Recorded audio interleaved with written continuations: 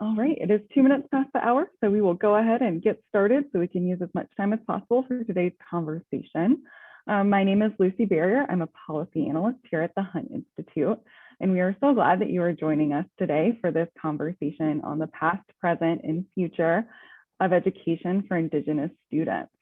I want to go ahead and introduce our panelists for today. So with us, we have Dr. Amanda Ticini, who is an assistant professor at the Mary Lou Fulton Teachers College. We have Diana Knoyer, who is the executive director of the National Indian Education Association. And we have Sarah Echohawk, who is the CEO of the American Indian Science and Engineering Society. So we're so appreciative of y'all for being with us today. For all of our participants and attendees, if you want to follow along with our conversation, please use our hashtag on Twitter, hashtag race and education. We will be live tweeting the webinar and would love for you to engage in conversation with us there. We also will be taking audience questions today. However, since we'll have so many people on, we will not be unmuting. So if you have a question, feel free to type it into the Q&A feature at the bottom of your screen.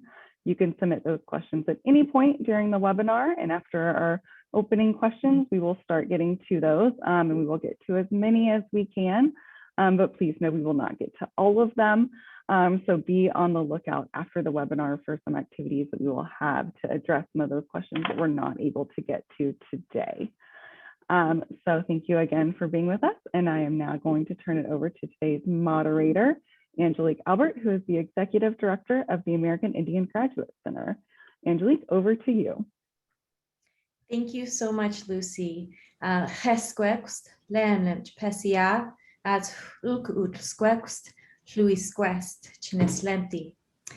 what I said was good day. My name is Angelique, and I'm just very thankful to be here with all of you today. So I am a member of the Confederated Salish and Kootenai tribes from Northwest Montana, and I am the Executive Director of American Indian Graduate Center. We are the largest and oldest scholarship provider to Native students in this country.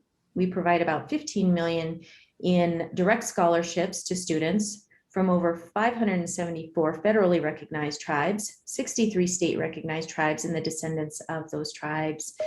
We also have provided over $350 million in direct scholarship support to those students over the past 50 years and support services to get them through college. So really my role in tribal education is access to higher education. So that's kind of my role. As part of my introduction, I think it's important to say I'm a first-generation college graduate. And also I am the granddaughter of Burton Irvin and Lucy Matt, who are both boarding school survivors. So I'm very excited to moderate the panel today and speak with these three phenomenal leaders in tribal education. It's truly an honor. I just admire each of you. I know our topic today is race and education, and particularly around tribal education. So I know that you are all the experts of that. I do want to say a special shout out to the Hunt Institute for having this panel. As many of you know, the most pervasive form of racism for us as Native people is invisibility. So this panel really allows us to share our voices with you, to create unity and allyship with you all for the benefit of all of our students. So I'm very appreciative to be here today. So with that being said, let's jump into the conversation. I'm going to ask the first question, and as I do, what I want to do is just ask each of you to take a moment to introduce yourself and your relationship to work in the in the tribal education space. So as I go around, if you could do that first, and then get into the questions. So the question is, as our educational institutions work towards greater equity in providing high quality learning to all students, what is the main thing you would like people to know about Indigenous children's education? And that could be either historical, it could be kind of the current state of conditions, but what is the kind of main thing that you would like people to know when it comes to educating our Native children. So I will start with Dr. Tachini. Yes, thank you. And thank you again for all of this organization. It's really a pleasure to be in community with these wonderful, amazing women who have done so much for our communities. It's truly an honor to be here. Sheya manda tachini and shia nanish aja tachini nishlo as a son of Bash's chin, Trabada shea do ashia dashanale, look antianasha, Kotego ads and nishle. Many of you may be not be Navajo and familiar with what I said and probably familiar with what we are introducing in our native language, but it's a way in which we claim that we are here and that our language and our ways of knowing have survived despite history and contemporary realities of oppression and injustices. I currently am an assistant professor at Arizona State University on the beautiful lands of the Acoma O'odham and Pewash peoples. And really what's pressing on my heart, which is what Angelique already started with, is this racist of erasure of Indigenous presence. It's really what I shared earlier about we are here. And I think oftentimes that may seem like a simple, yeah, we get it kind of concept, but fundamentally that there's deep thinking and planning and doing and claiming indigeneity is here. And that interfalls within curriculum development and interfalls within Indigenous representation, both at the student, the teacher level, the faculty, at the administrative level, at the board level, across the gamut. It includes the Indigenous erasure of data and being able to look and get a snapshot of what is happening amongst our population. It also includes the rigorous of the data analysis, even the way in which data is collected. Is that data collected from an Indigenous perspective or a Western perspective? Because sometimes what we want to know isn't what people are gathering about us. Really, it speaks to the volume of what's occurring in our lives.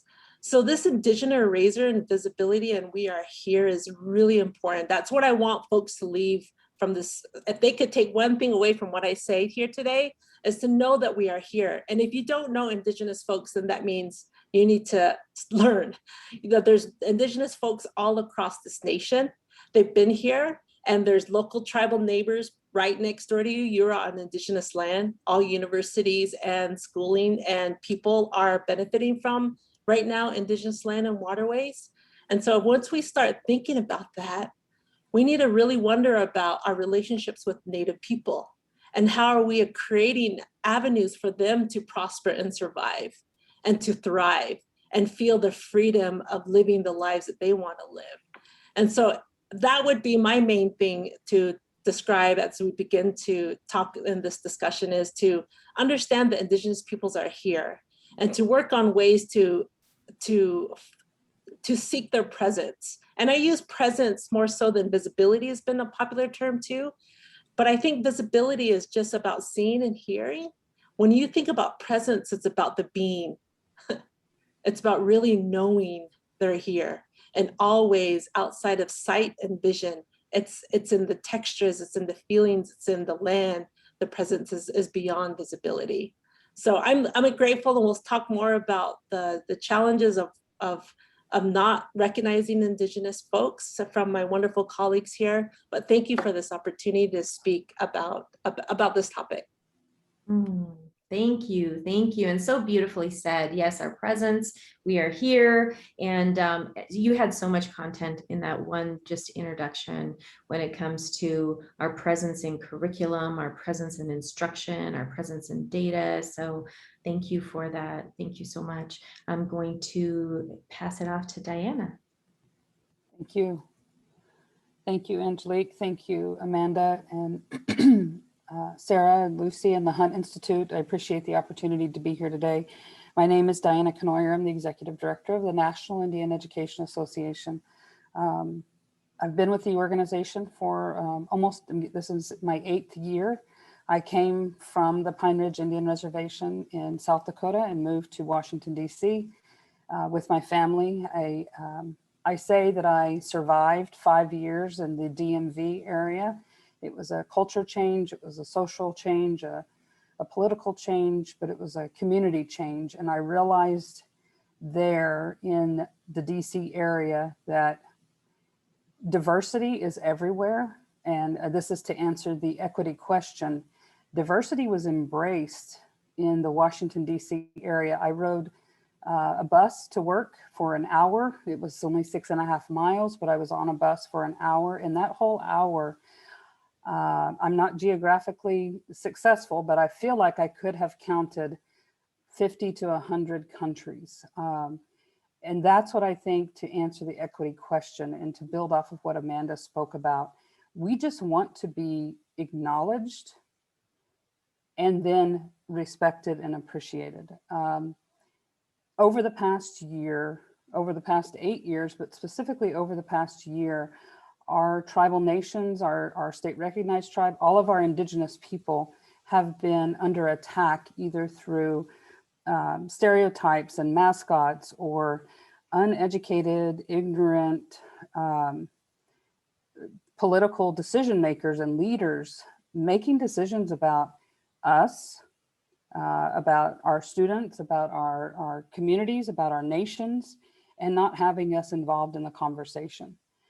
That's truly what equity is, not just for Indian people or Native people, but for all people. Let's build the conversation to include everyone in this decision making, instead of one person making the decision and saying they are considering all voices, all opinions, all cultures, all thoughts and philosophies. I don't see that right now. And moving forward in the K-12 system and in the higher ed system, now we're in this place of critical race theory and banning what knowledge can be shared and how it can be shared, when we need to roll that back and roll that thought and philosophy back and really think about, what are we going to be missing out? What stories are going to be removed if we follow this, this lack of equity and this lack of inclusion in these classrooms and in our college systems? Thank you. Nice, thank you, Diana. I think that's important. And today, in this space, we are here, with educators, we're here with policymakers. So it is nice to be, to hear that message, that we want to be included in those conversations when it comes to policy work, when it comes, there needs to be that acknowledgement that we are here and be included in that process. So a great message. Thank you. I'm going to turn it over to Sarah.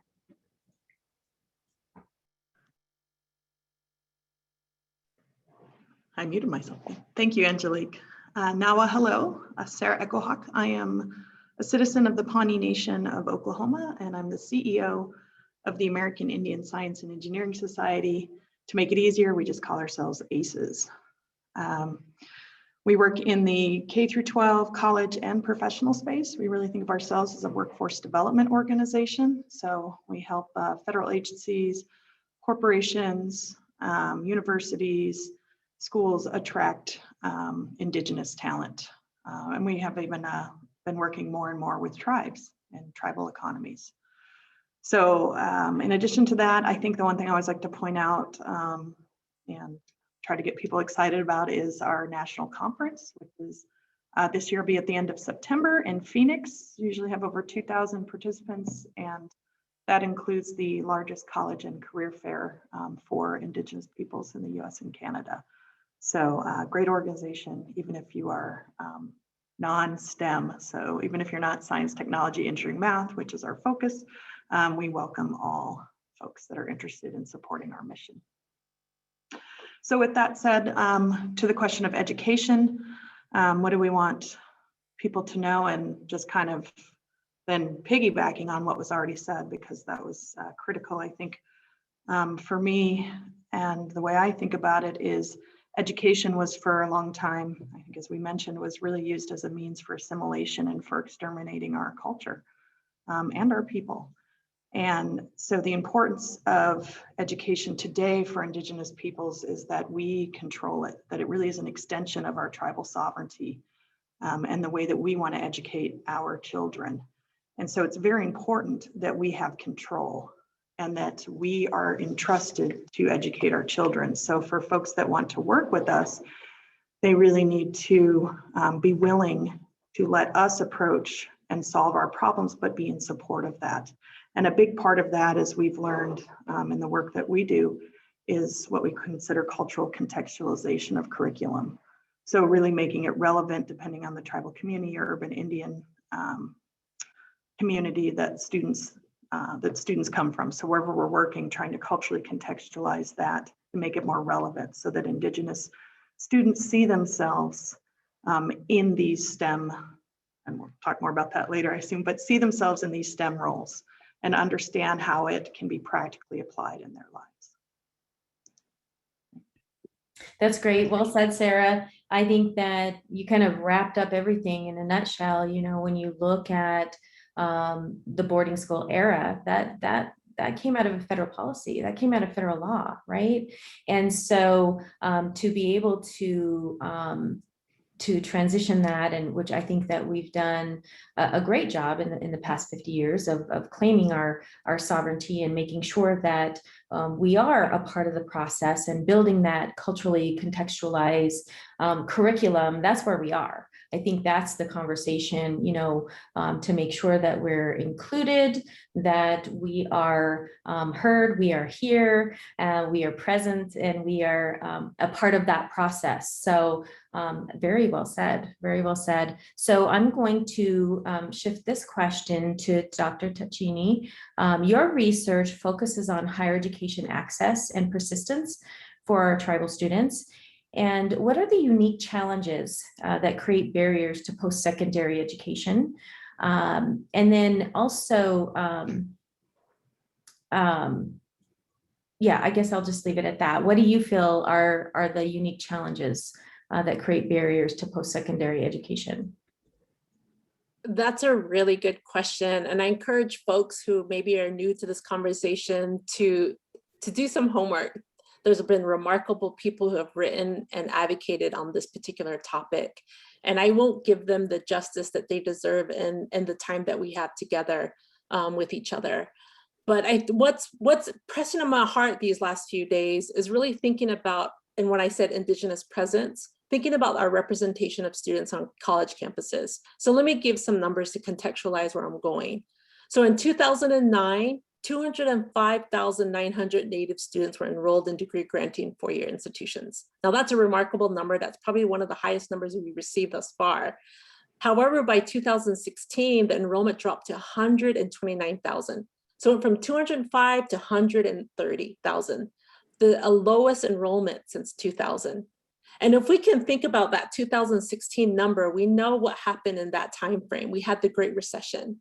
And we saw within that time frame that institutions of higher education were losing state and federal dollars to support their infrastructure. So what do institutions do when that happens? They often raise tuition. And so I'm in the state of Arizona, and our institutions, all three of them, have the highest increase on tuition dollars of students than in the nation. So that's problematic because many of our Native communities come from impoverished, unemployed communities. Now, let me be careful when I say that. I want to make sure that when we talk about these deficit framing numbers, that we don't disentangle that these are deep-rooted system structurally through challenges through the federal government that maintains the status quo of oppression for our peoples. And so so it's important for us to really understand that there's histories in place that creates the conditions of ongoing poverty amongst our people.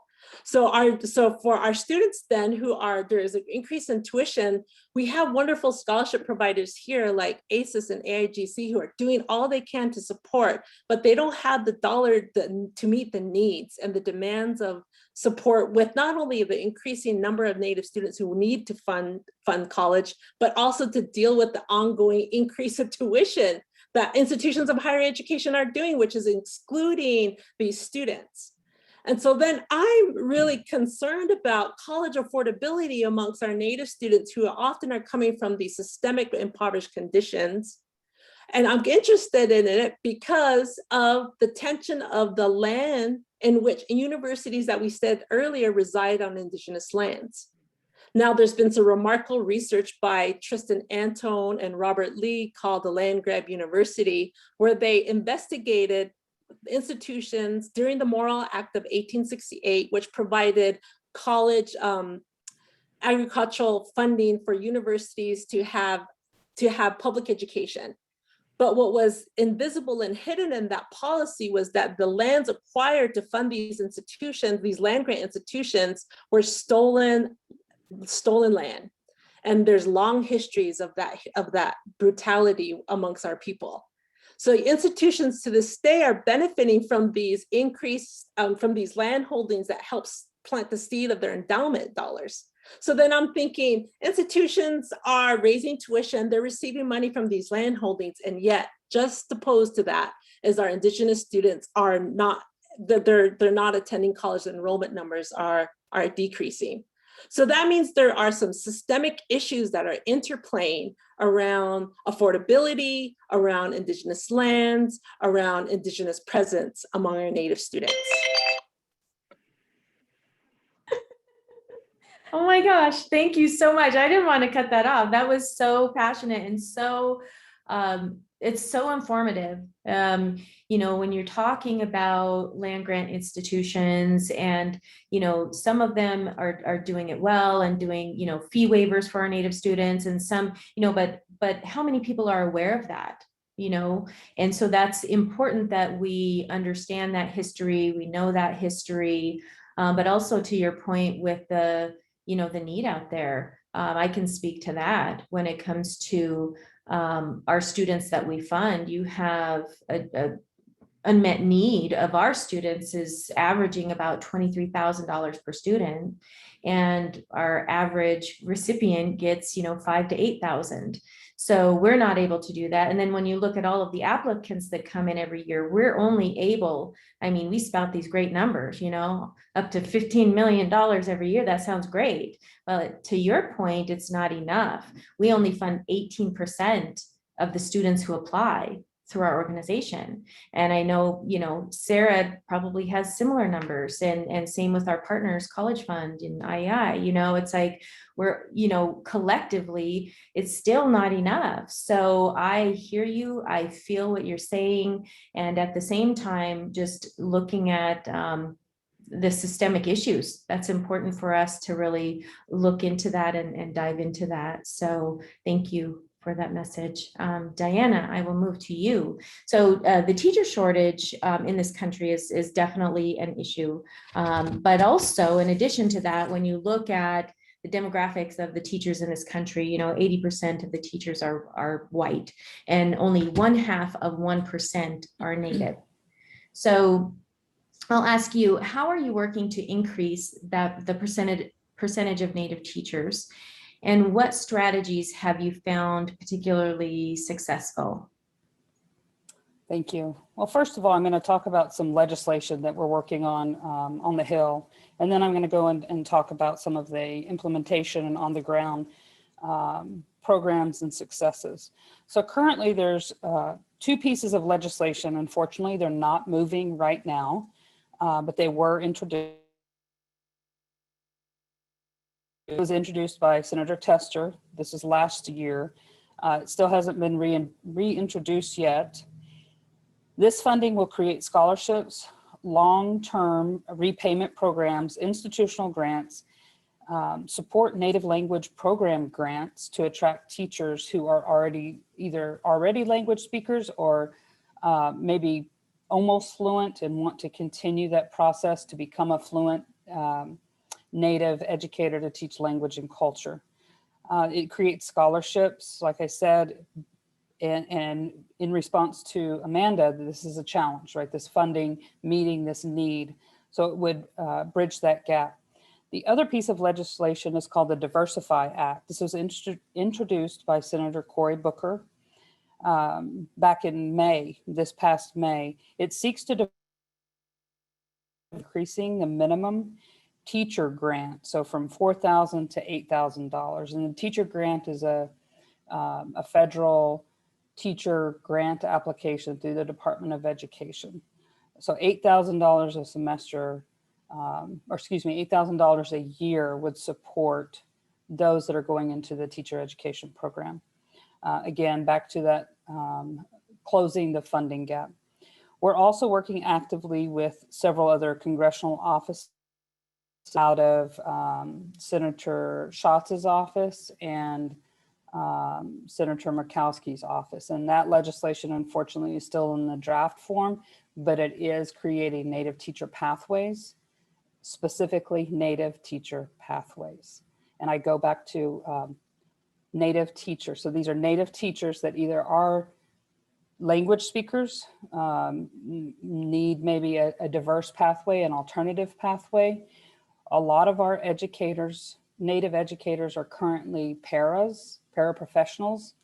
They might have an associate's degree, they can't pass the praxis. These are our challenges across not just our reservation communities, but across a lot of our public school systems, where our students are able to go through a bachelor's program, but they can't pass that praxis or that standardized requirement to get their certification, so they become a para. This piece of legislation, when passed, would support that alternative pathway of getting an alternative certification so they can get into the classroom, and utilizing other measures instead of a standardized test. Excuse me. Another programmatic piece that NIA is working on is just in collaboration with teacher prep programs that are have a high Native population.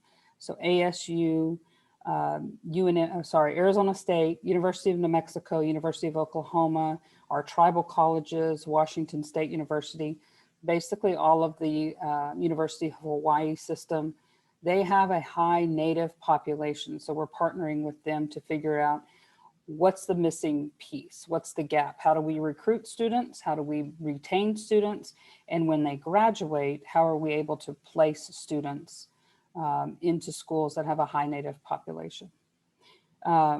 Some of the gaps that we are seeing in this teacher shortage goes back to what Amanda's saying. So this is the systemic problem. We have to fix a systemic problem. It's not just a K-12 problem or a higher ed problem. We've got to work collectively across our systems. The problem is graduating, right? High school graduating of our students, helping them at that high school level make a career decision. Goodness, wow. We lost her, but that was so powerful. I didn't when she logs back in, I want to capture the name of the two bills, you know, the one that Senator Tester and Senator Booker are putting forward, because I think that's important to capture. But when you think about, you know, her point was really connecting some of the other things that were talked about, you know, that culturally contextualized curriculum comes from the educated people, right? And just looking at having educated people to be in those teacher roles, right? The teacher prep programs that she was talking about. It's critical, you know, to connecting all of those things that are necessary to break through some of those systemic issues. So that is very powerful. So when she logs back in and gets her connection working, we can jump back in and allow her to follow up on what she had to say. In the meantime, we will switch to Sarah. And Sarah, I know that you work in the STEM fields, and we have seen that the priority for STEM has kind of it's pervasive in education. You know, there's a high need out there. The demand in our workforce and our economy, I mean, really speaks to those needs, and that is being a priority to us. So why do you feel that it's important to specifically support Indigenous students in earning their STEM degrees? And then secondly, what strategies have you seen really successful in recruiting Indigenous students into the STEM fields? That's a big question, but thank you. So first, for the importance of STEM, from an equity standpoint, if we're talking about economic equity, STEM jobs generally pay more. They are most of the fastest growing, highest paying jobs are in the STEM fields. On average, somebody who graduates with an undergraduate degree in STEM is going to make twice that of their counterparts in other fields. So just right out of the gate, you're talking about higher paying positions. The other thing is that there are a lot of certifications that are now coming up, especially with tech companies, where students don't necessarily need to attend a four-year college because not everybody has the time and the means to do that. So they can still do a certification. Often that'll be covered by the company that they're interested in doing that with, and they can go to work and be in the workforce. The other reason that it's important for the United States is from a national security standpoint.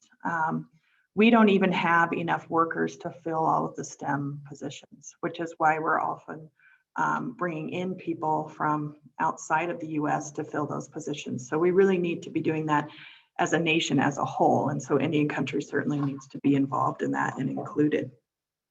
The other part of that, I think what people maybe sometimes misunderstand about the work that we do is, yes, we're a 501c3 public charity here at ACES, but we actually can make a business case for diversity and why diversity actually will improve your product, improve your brand, and actually improve your bottom line. And so that's just across, that's in general across all businesses that working in this DEI space is important. And it's bigger than just being charity, right? Like doing something good and contributing here, trying to support this particular group.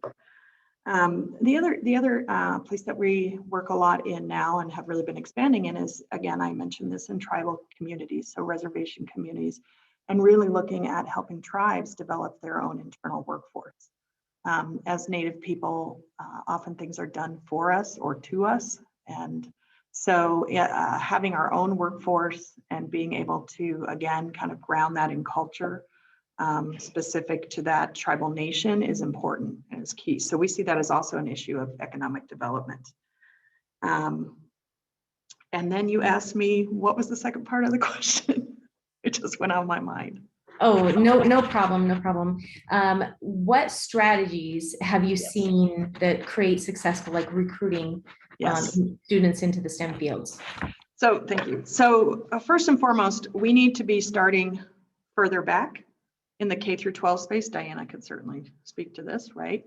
The earlier, the better, to get students and parents and teachers understanding the importance of STEM and getting them engaged. If we don't, we know for a fact, there's a lot of data out there, if we don't get girls, and for us, of course, Indigenous girls, interested in a STEM field by the time they get to middle school, chances are it's not going to happen.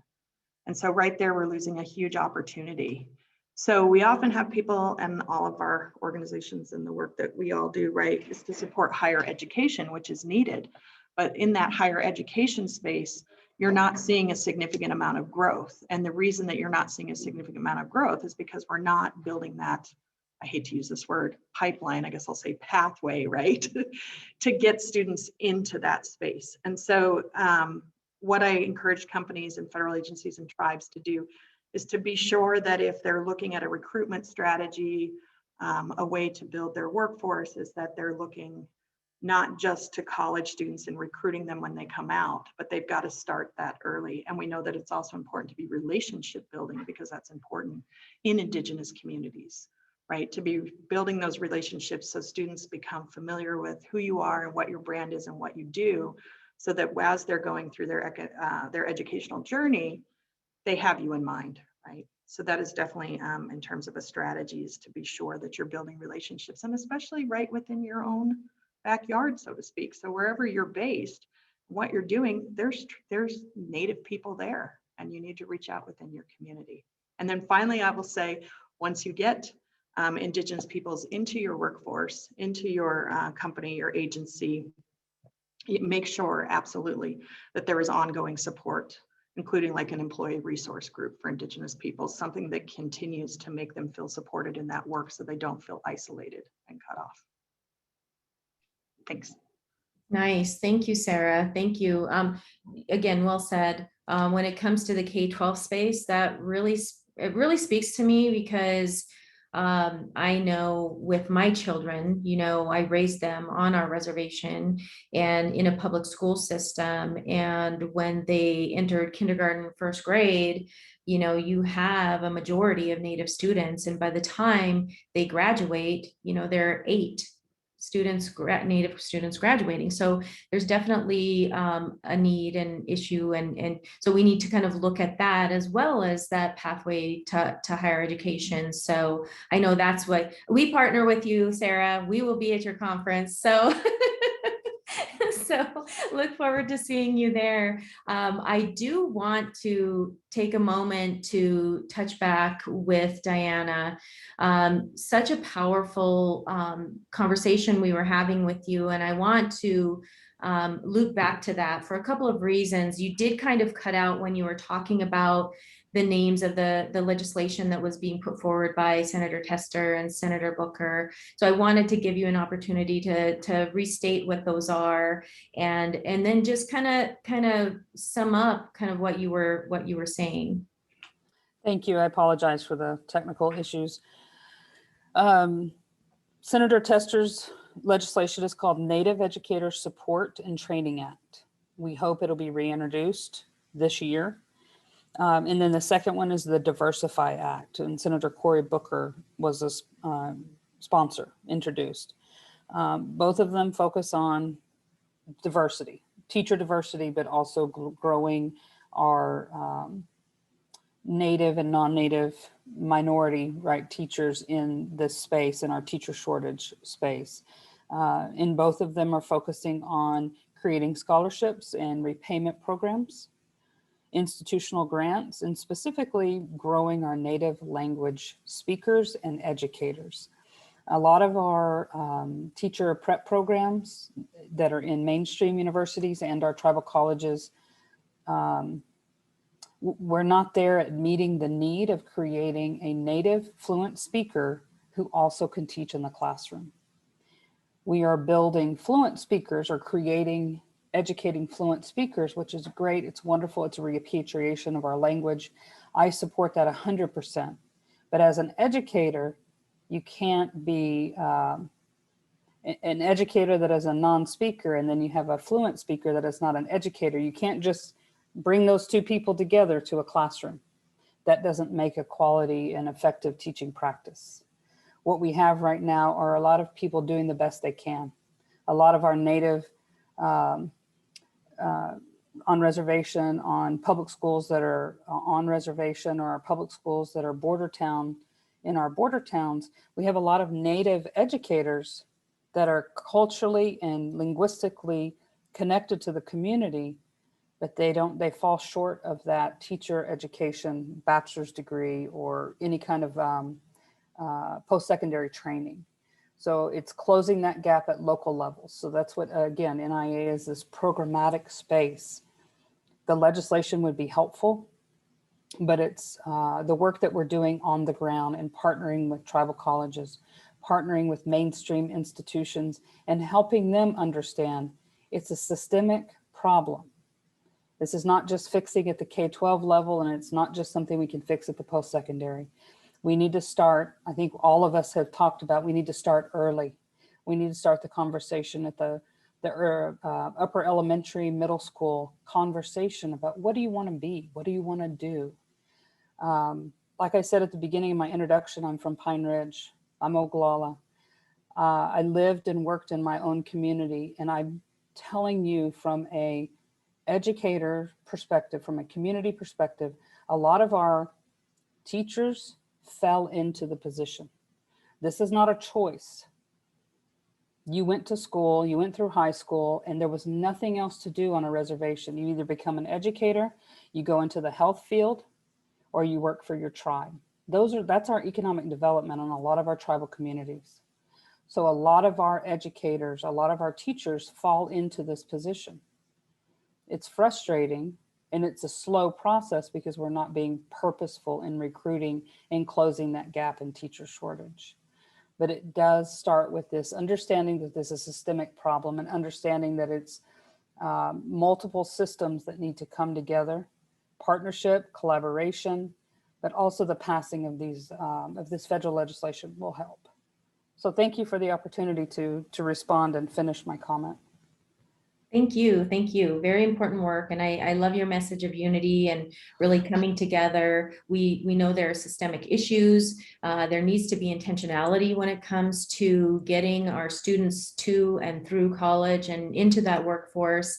And I think that's critical, and to encourage partnerships, not only among all of us, but externally, right? You mentioned those mainstream universities and policymakers. And so that's critical that we all come together around the issues. And thank you for shining a light on what those issues are. So very important messages that you have.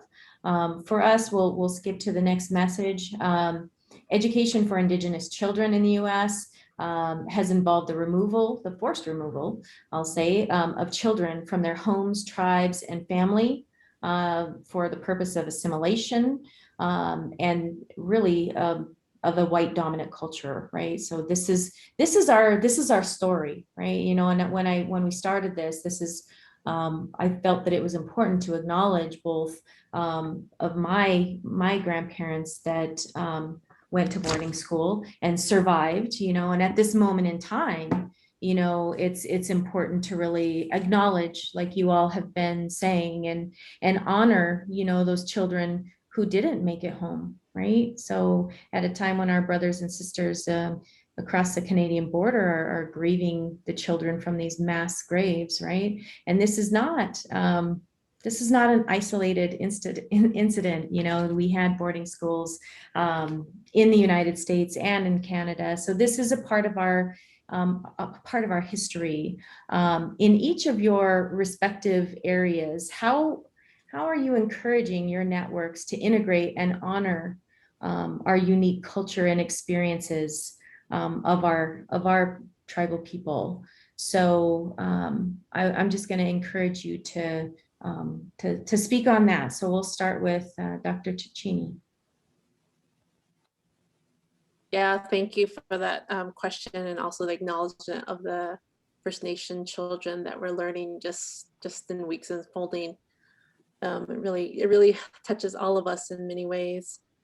I think one of the things I was thinking about as I was thinking of this question was that many people don't know that even in high school level, there's ways that whiteness is operating in policies in school board levels.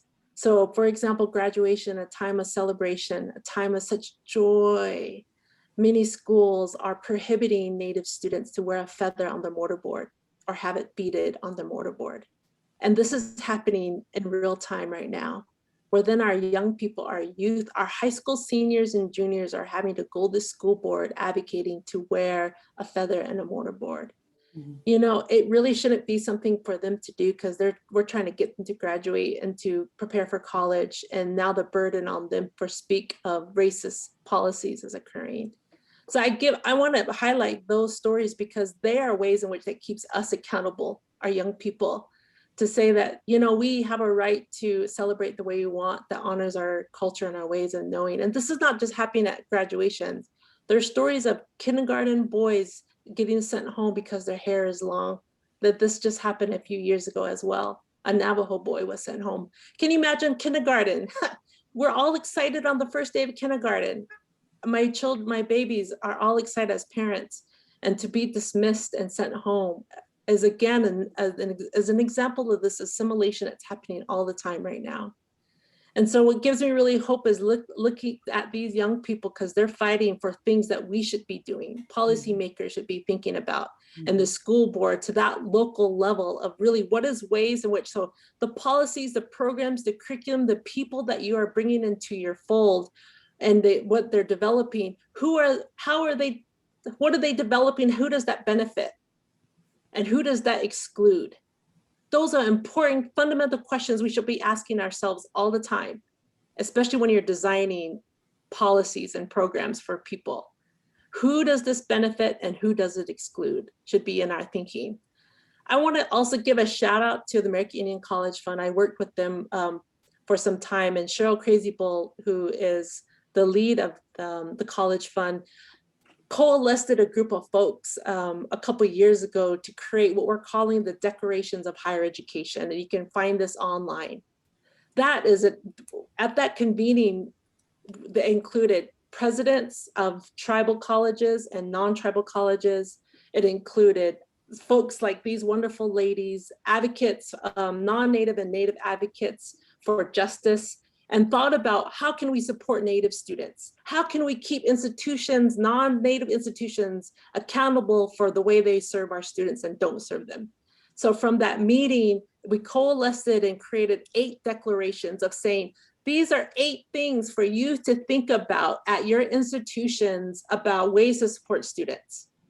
They're like moving beyond land acknowledgement.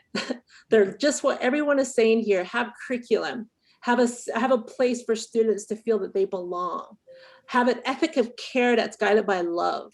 I mean, these are things that we can all think about when we're whatever sector that we're on. So again, I want to just give a shout out for the good work that has developed and that's available for you. It could be a guiding framework for you and your department to think about, okay, what are we doing out of these 8 declarations that supports our Native students?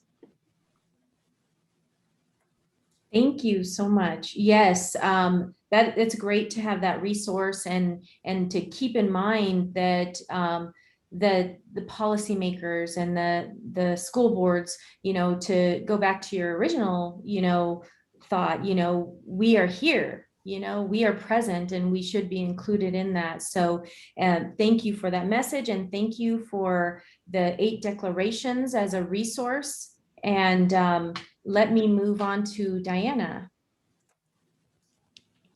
To build off of Amanda, which was a powerful response, at the K-12 level, we hear this complaint about the feathers, about the beaded mortarboards, about the some folks just wanting to decorate their full cap and gown, or even wear traditional regalia instead of their cap and gown.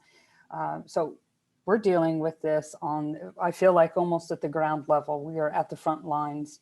We are sending letters to supers. We are educating school board, and that's where it comes. That's the where the meeting of minds happens. I have had phone calls with supers. I've had phone calls with school board principals, or excuse me, school board leaders. Why?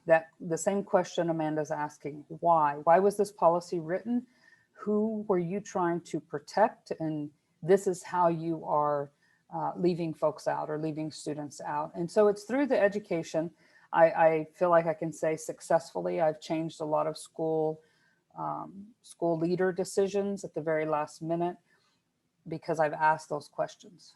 Why was this policy written, and who are you trying to protect? And here's how you're hurting other students. If you do it for one student, I've heard this 100 times. Well, if we let one student do it, we're going to have to let other students do it. And that's okay, right? And that's fine. If one student wears a feather and other students want to wear a feather, that should be okay. And why is it a policy? Why is this not allowed? So it's educating. What does a feather mean to us? What does this beadwork mean to us? What does this the regalia or the jewelry mean to us? And what does that mean to us in an Indigenous education lens? And how was it given to us then?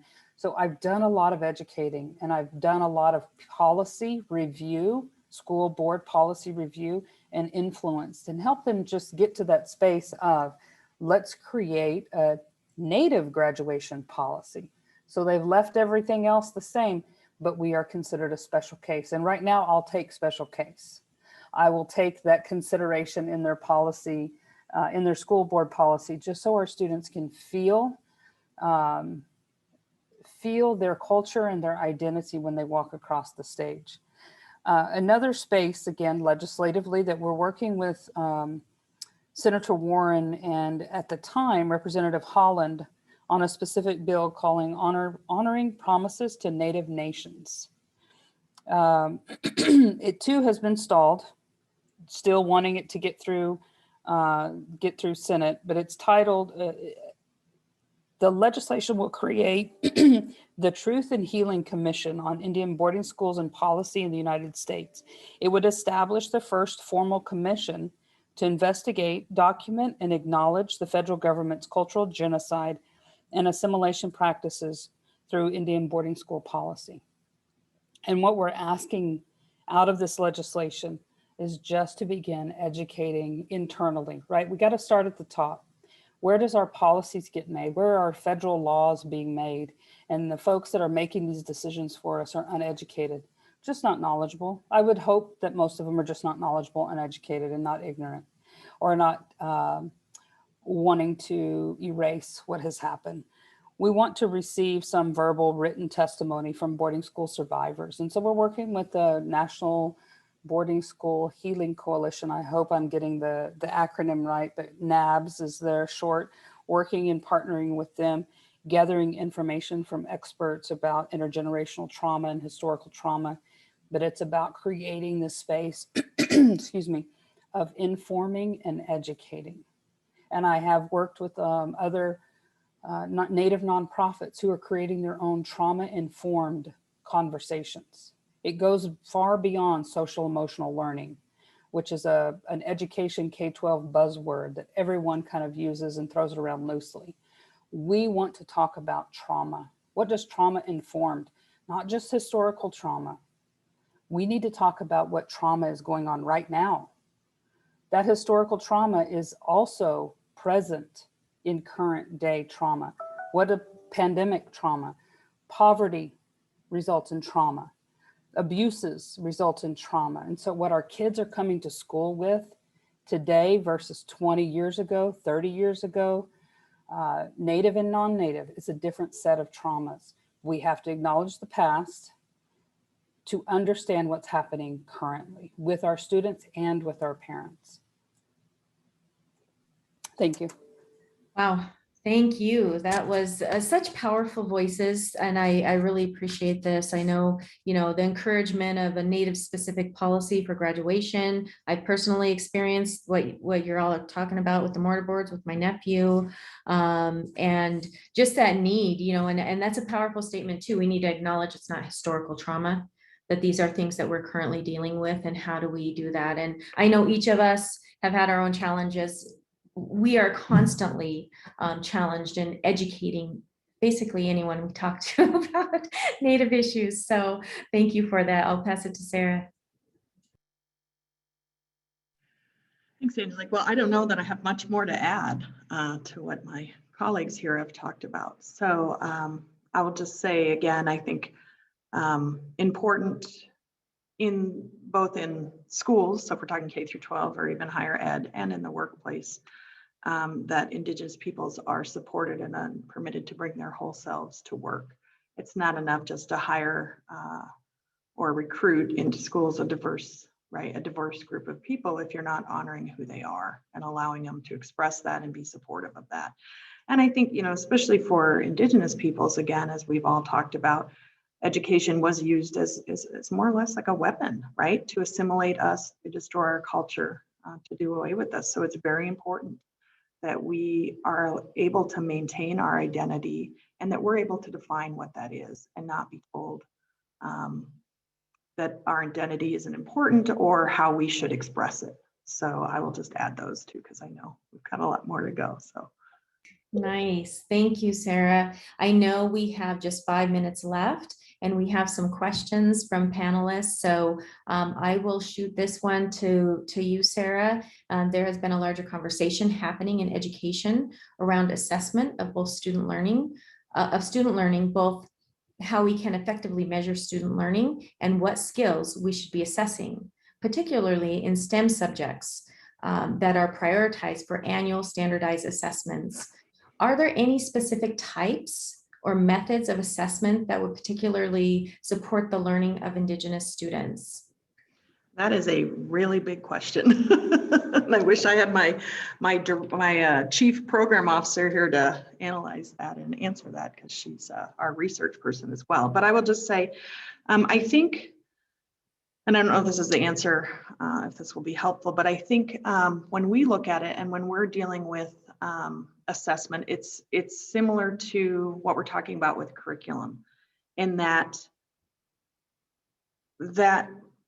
we need to be changing the way we're delivering curriculum, engaging students, teaching students, and the assessment or the evaluation that comes out also then needs to be changed, right?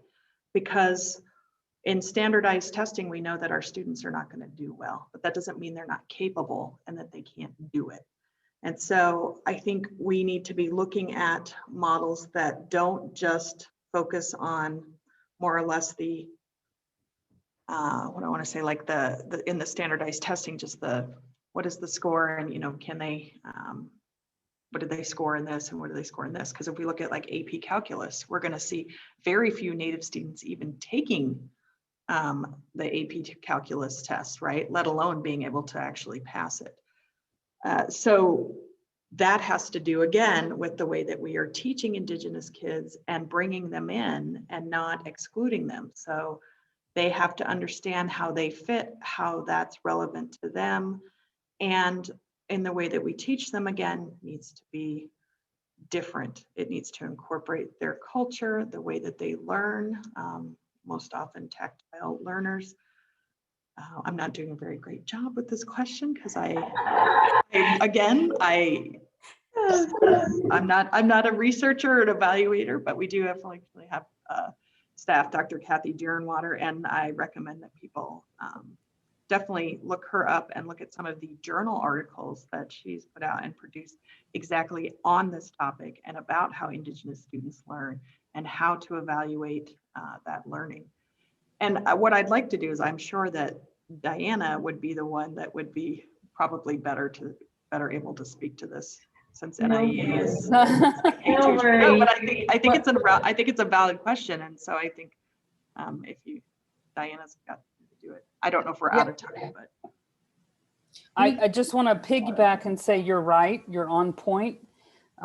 Some of the, again, education terminology that everyone's throwing around, but it does fit with our Indigenous philosophy, is project-based learning.